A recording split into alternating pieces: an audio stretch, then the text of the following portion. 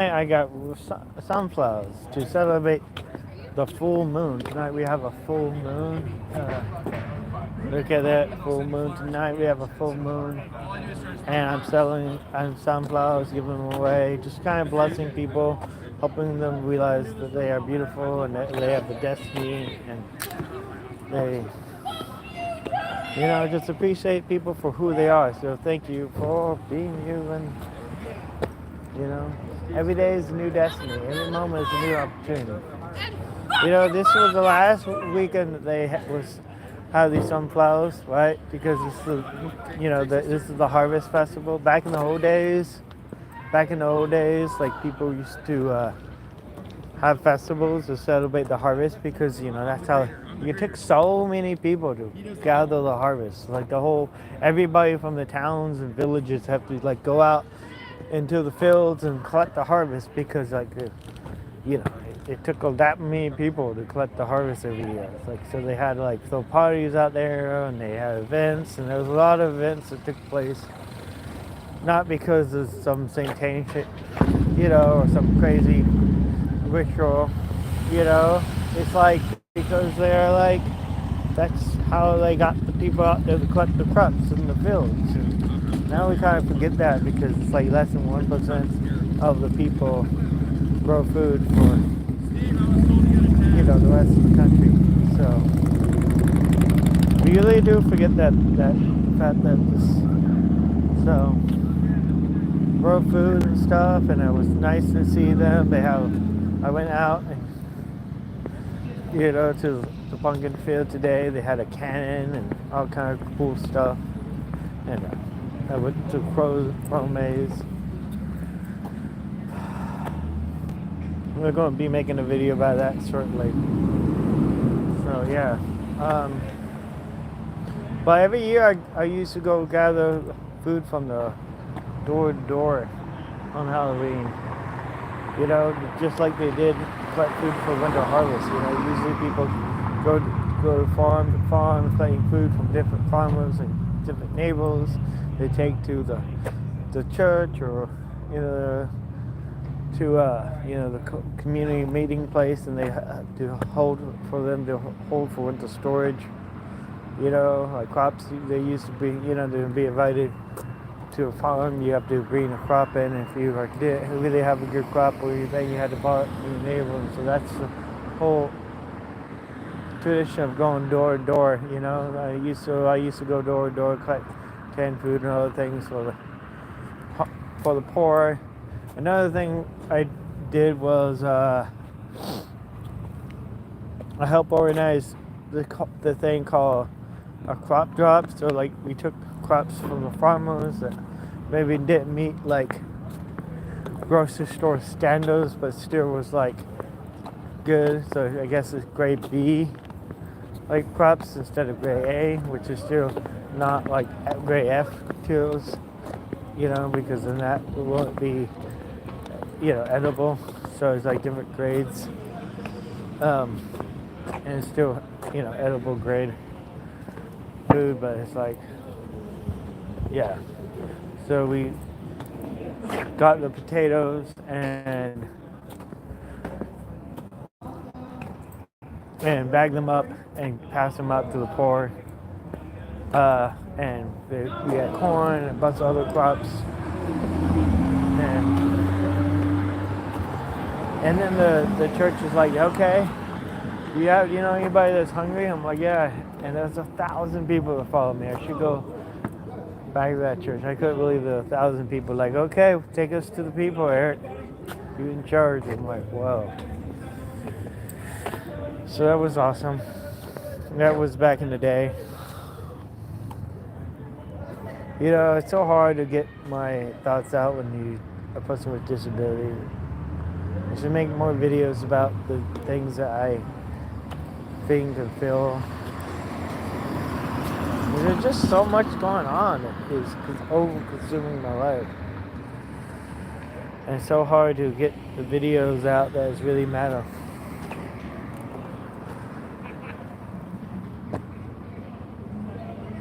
So yeah.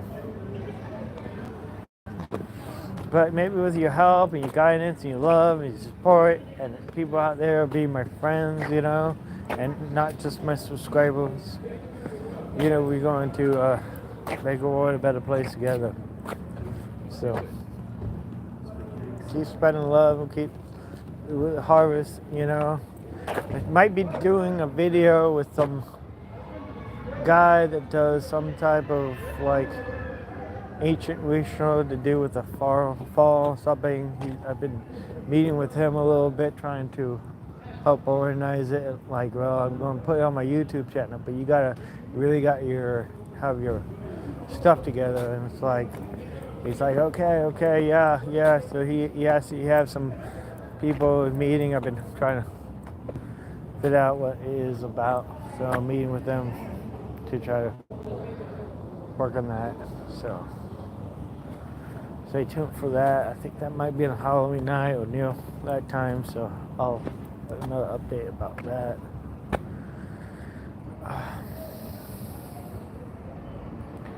So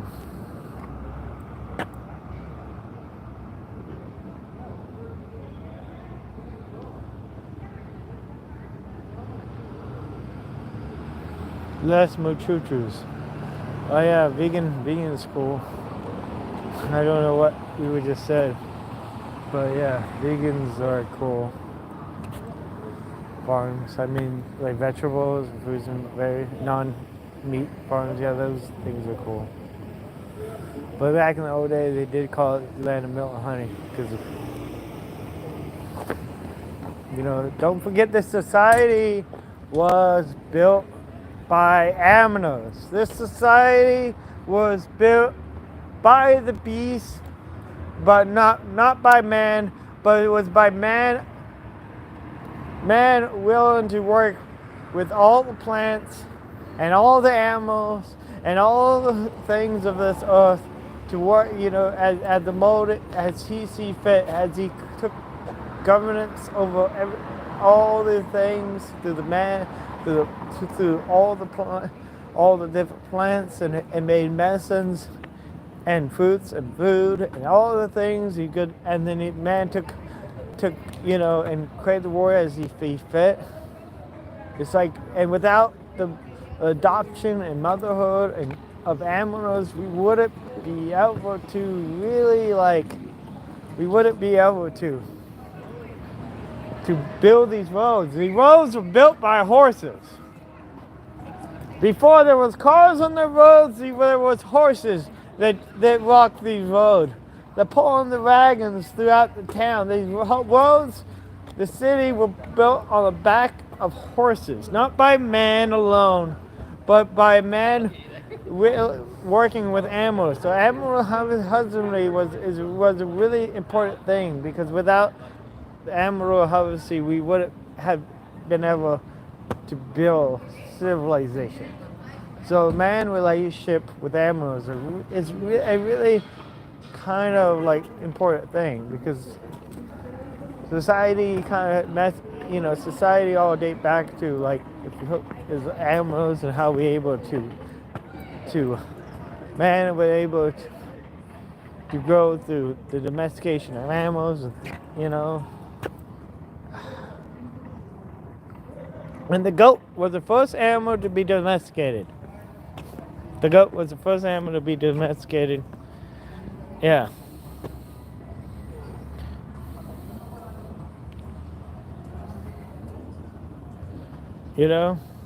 And that's what the people say. The goat was the first bit before, because it's like, think about this. It's like, okay, you think a dog is a domesticated animal, right? But it's like, what came first, the chicken or the egg? But think about what came first, the dog or the goat. In order to, it's all about the progression. So to think about, in order to have a dog, what you need to have. You need to have a source of meat, because dogs eat meat.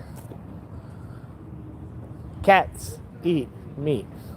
In order to have cats, or in order to have dogs, you have to have a source of meat. And in order to have a source of meat, you're going to have a supply of meat. And that means you have to be able to, in order to domesticate a cat or a dog, you will have to be able to domesticate other animals. So that's why a goat was like the first domesticated animal, followed by probably the chickens and the level, and yeah. So, but that's, and a goat is a lot easier to domesticate than or like a cow. Because a cow is huge. I mean, it took a lot for man to train a cow to do his biddings. I mean, it's a huge, humongous animal. You know.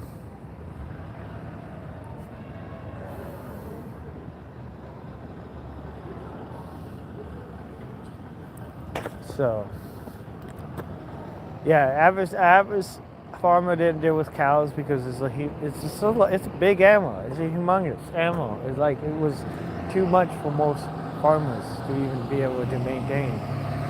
So that's why goats were like the first milk, and goats are better for you because of that. Because man and goats are together.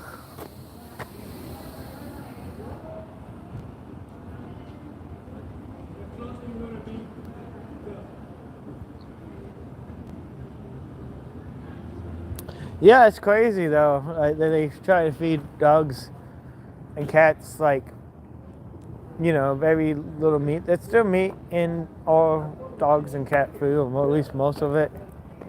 There probably is a company out there that does all vegan cat food, and who knows if it's good or bad for your cat, because the way that like cats and dogs are like carnivorous animals. So, but I mean that's like a new thing society came up with, like the whole concept of like trying to experiment with trying to feed your pets plants probably didn't come about until very recent in all scheme of things. Vegetarian probably didn't really had much thought until probably 100 years ago or less. I mean, yeah, there's always going to be like the people in India that believes that cows are sacred and you shouldn't eat cows. So I guess there's some vegetarians before. But yeah, I should look into the history of vegetarianism a little bit more. Yeah.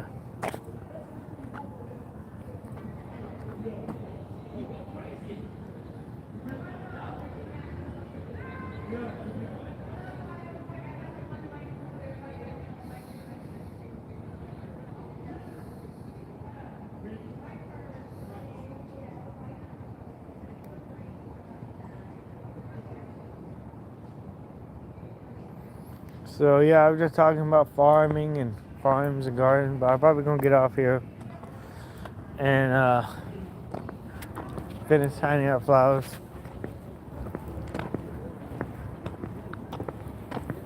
So you guys have a nice holidays.